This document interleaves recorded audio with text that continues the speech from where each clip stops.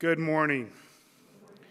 Well, that's definitely an interesting gospel reading. I know if I ever said that about my mother, I'd be in big trouble. If I just said she's outside and forget you. So what was Jesus talking about here and what's going on? Well, one of the first things that just lightens my heart is this is one of the first instances that we see that we are going to be the adopted brothers and sisters of Christ. That if we follow the Father's will, the way that he shows us, we will be adopted by Christ himself. We will be truly his brothers and sisters. A very strong adoption. And what is this will that we keep on hearing about? Well, we kind of go back to Hebrews, where they quote Psalm 40, talking about how God's had enough of the sacrifice. He doesn't need any more blood of goats. He doesn't need any more things burnt for him. What he is looking for us to give back to him is the ultimate gift that he gave us. The free will that he gave us. He wants us to turn around, package, and give back to him, that we are following him.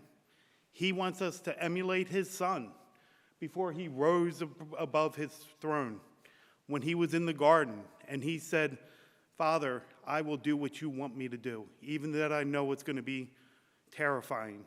I trust in you. And that is what the Father is always asking us. And the beauty of it all is when we do follow his will, it enlightens us. It's almost a freeing way.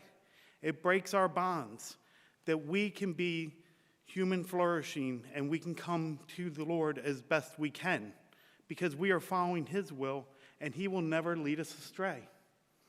We see this with St. Francis de Sales, who was this extremely wealthy man from this wealthy family to do, and his father wanted nothing since he was the firstborn for him to be a lawyer and a politician like his father. Sent him to the best colleges, the best universities throughout all of Europe. Then St. Francis prayed on it and decided to become a priest.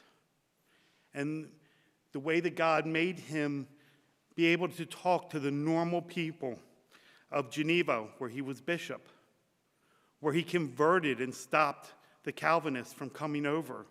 But he talked to the normal people.